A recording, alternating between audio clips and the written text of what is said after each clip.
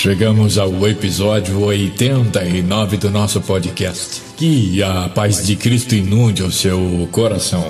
É uma honra ter você aqui comigo. Não se esqueça de fazer o download dos episódios anteriores e, se puder, compartilhe. Você pode estar abençoando vidas. Nossa gratidão a todos os inscritos no canal e aos que estão se inscrevendo. Estamos nos aproximando dos 300 inscritos. Em tese, temos quase 300 pessoas que generosamente meditam conosco na Palavra de Deus e com igual generosidade compartilham, fazendo com que mais pessoas sejam alcançadas e abençoadas pelo poder da Palavra. O nosso tema de hoje é: cedo venho, serão meu povo, serei seu Deus. Nossos textos base: Apocalipse 22:20, Êxodo 6:7, Malaquias 4:1-2, em Apocalipse 21:7, que eu leio para você para um entendimento melhor. Apocalipse 22:20, aquele que testifica estas coisas diz: certamente cedo venho. Amém. Ora vem, Senhor Jesus. Êxodo 6:7. E eu vos tomarei por povo, e serei o vosso Deus, e sabereis que eu sou o Senhor vosso Deus, que vos tiro de debaixo das cargas dos egípcios. Aqui um parêntese: o destaque no texto de Êxodo 6:7 é que se tratava da libertação do povo de Deus. Deus, o grande libertador, das mãos do Egito. Egito, o símbolo do pecado. Malaquias 4:1, porque eis que aquele dia vem ardendo como fornalha. Todos os soberbos e todos os que cometem a impiedade serão como palha, e o dia que está para vir os abrasará, diz o Senhor dos Exércitos, de sorte que não lhes deixará nem raiz, nem ramo. Mas para vós que temeis o meu nome, nascerá o sol da justiça, e salvação trará debaixo das suas asas, e saireis e saltareis como bezerros no cevadouro. Apocalipse 21:7. Quem vencer herdará todas as coisas, e eu serei seu Deus e ele será meu filho.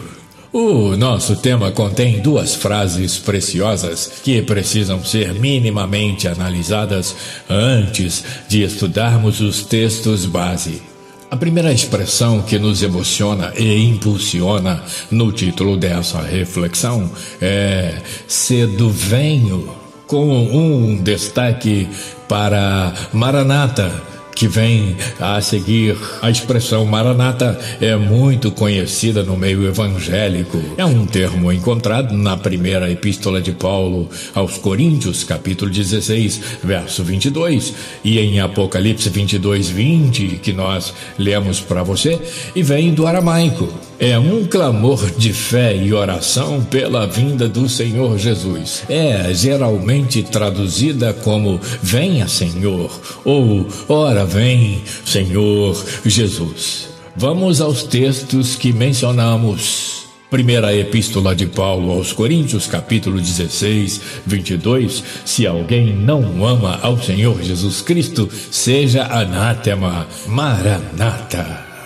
Apocalipse 22:20, aquele que testifica estas coisas diz: certamente cedo venho. Amém. Ora vem, Senhor Jesus.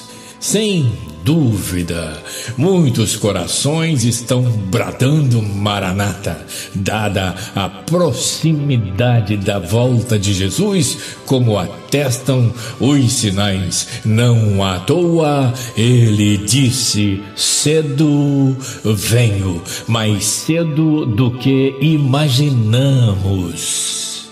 A segunda expressão, não menos emocionante, é: serão meu povo, serei seu Deus. O que chama a atenção de início é o uso do pronome possessivo meu. Para Aurélio, meu quer dizer, dentre muitos significados, pertencente a ou próprio da, ou sentido experimentado pela pessoa que fala por mim. Por que me atrevo a chamar Jesus de meu Cristo? Nesse ponto, eu recorro ao ensino do meu saudoso professor, pastor Antônio Gilberto, quando ministrava sobre o Salmo 91, versos 1 a 2, com extrema singeleza. Veja o que diz o Salmo. Salmo 91, 1 e 2. Aquele que habita no esconderijo do Altíssimo, à sombra do Onipotente, descansará. Direi do Senhor, Ele é o meu Deus, o meu refúgio, a minha fortaleza, e nele confiarei. Dizia o mestre Antônio Gilberto, esse Deus que está no lugar mais alto, que é o lugar mais alto, o Altíssimo, esse Deus onipotente, o único Deus poderoso, permite que eu o chame de meu. E não há privilégio maior. Aqui e agora tomo a liberdade de avançar, dizendo que mais do que uma permissão, mais do que uma promessa, é um desejo da alma de Deus, que sejamos dele e que ele seja nosso. Observe 3 das muitas manifestações de Deus a respeito desse tema nas Escrituras Sagradas. Êxodo 6:7, que eu já li para você e repito agora. E eu vos tomarei por meu povo, e serei vosso Deus, e sabereis que eu sou o Senhor vosso Deus, que vos tiro debaixo das cargas dos egípcios. Jeremias 32:38. E eles serão meu povo, e eu lhes serei o seu Deus. Apocalipse 21, verso 3. E ouvi uma grande voz do céu que dizia: eis aqui o tabernáculo de Deus com os homens, pois com eles habitará, e eles serão o seu povo, e o mesmo Deus estará com eles e será o seu Deus. A grande temática de nossa reflexão é que o Senhor preparou um povo para o louvor da sua glória. Confira em Efésios 6:12. O inimigo tentou desfazer de forma definitiva essa comunhão, e Deus, desde sempre, arquitetou um plano de resgate para que o seu desejo em relação ao seu povo se cumprisse.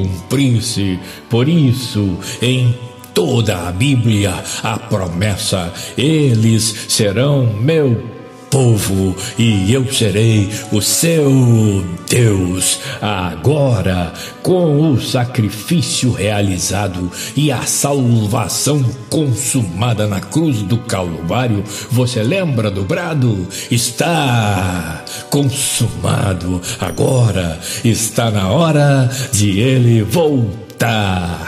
Por tudo isso, nós temos 1000 motivos para exclamar: Maranata! Jesus nos salvou, Jesus nos ama, Jesus nos deu a família, Jesus deu dons aos homens, Jesus deu ministérios sublimes, Jesus nos deu amigos e irmãos, Jesus me deu você, repartindo comigo uma porção da sua palavra. Jesus nos deu o sol, a lua, as estrelas, a chuva, o vento, as florestas, as flores, o céu, e agora está vindo para buscar o povo que ele salvou e para o qual fez uma declaração para lá de linda. João 14, verso 3. E quando eu for e vos preparar lugar, virei outra vez e vos levarei para mim mesmo, para que onde eu estiver, estejais vós também. É exatamente isso que está para acontecer daqui a pouco. E a criança que salta dentro do coração do velho pastor não consegue conter o grito, o brado pela promessa prestes a se cumprir. Maranata! E aqui não posso e não devo esquecer primeira epístola de Paulo aos Tessalonicenses, capítulo 4, verso 16, que dá uma panorâmica desse dia tão esperado por esse povo que, convicto de que o preço foi pago, espera abraçar aquele que pagou o preço e reinar com ele para todo sempre. Vamos meditar um pouco sobre esse mega evento, o maior de todos os eventos que essa terra já viu. Primeira epístola de Paulo aos Tessalonicenses, capítulo 4, verso 16. Porque o mesmo Senhor descerá do céu com alarido e com voz de arcanjo e com a trombeta de Deus, e os que morreram em Cristo ressuscitarão primeiro. Eita! Com alarido, com voz de arcanjo, com a trombeta de Deus, porque ele é o alfa e o ômega, o primeiro e o último, o princípio e o fim, o rei dos séculos, o Senhor das eras. Vejamos isso em pequenos tópicos. Meu tópico primeiro: meu Cristo virá com alarido. Da Bíblia do Pregador Pentecostal, extraio as seguintes expressões sobre esse alarido.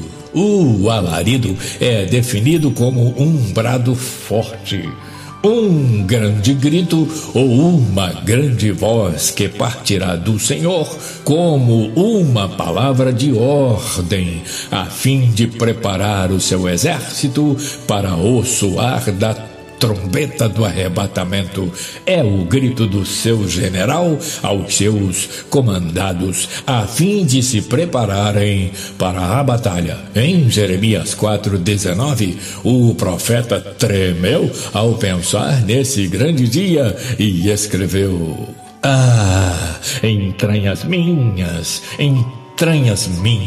estou com dores no meu coração. O meu coração se agita em mim. Não posso me calar, porque tu, ó minha alma, ouviste o som da trombeta e o alarido da guerra.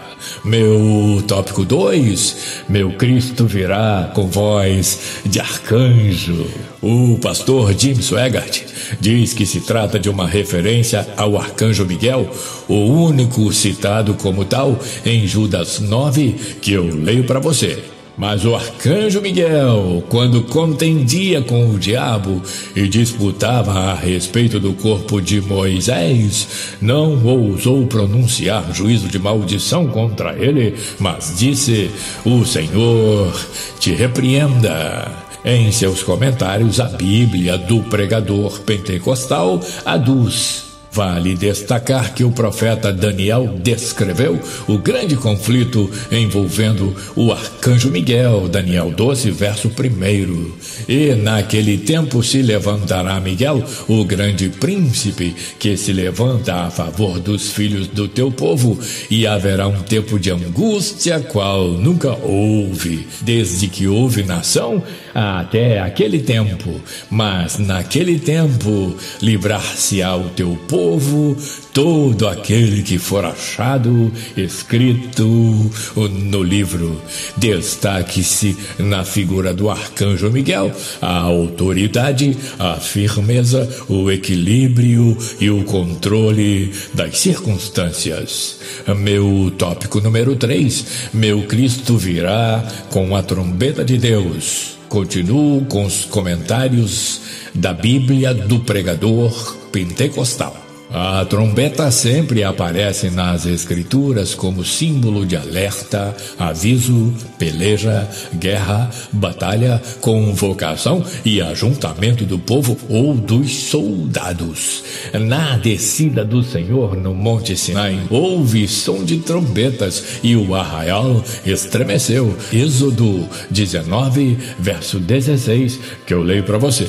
Ao alvorecer do terceiro dia, houve trovões, relâmpagos e uma espessa nuvem sobre a montanha, e um clangor muito forte de trombeta, e todas as pessoas que estavam no acampamento começaram a tremer de medo. Bíblia King James. Não será diferente na vinda iminente de Jesus. Ela será precedida de fortes sons de trombeta, da trombeta de Deus. Vejamos, Mateus 24, 30 e 31.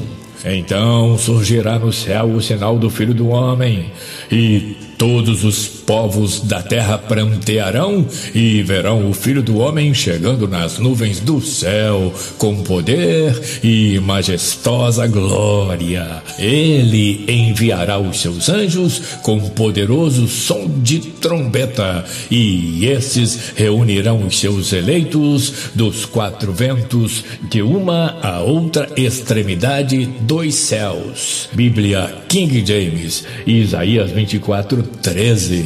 E será naquele dia que se tocará uma grande trombeta, e os que andavam perdidos pela terra da Assíria e os que foram desterrados para a terra do Egito tornarão a vir e adorarão ao Senhor no Monte Santo em Jerusalém. Almeida Corrigida Fiel 2007. Primeira Epístola de Paulo aos Coríntios, capítulo 15, verso 52. Num momento, num abrir e fechar de olhos, ante a última trombeta, porque a trombeta soará, e os mortos ressuscitarão incorruptíveis, e nós seremos transformados. Meu tópico número 4, ele é o Alfa e o Ômega.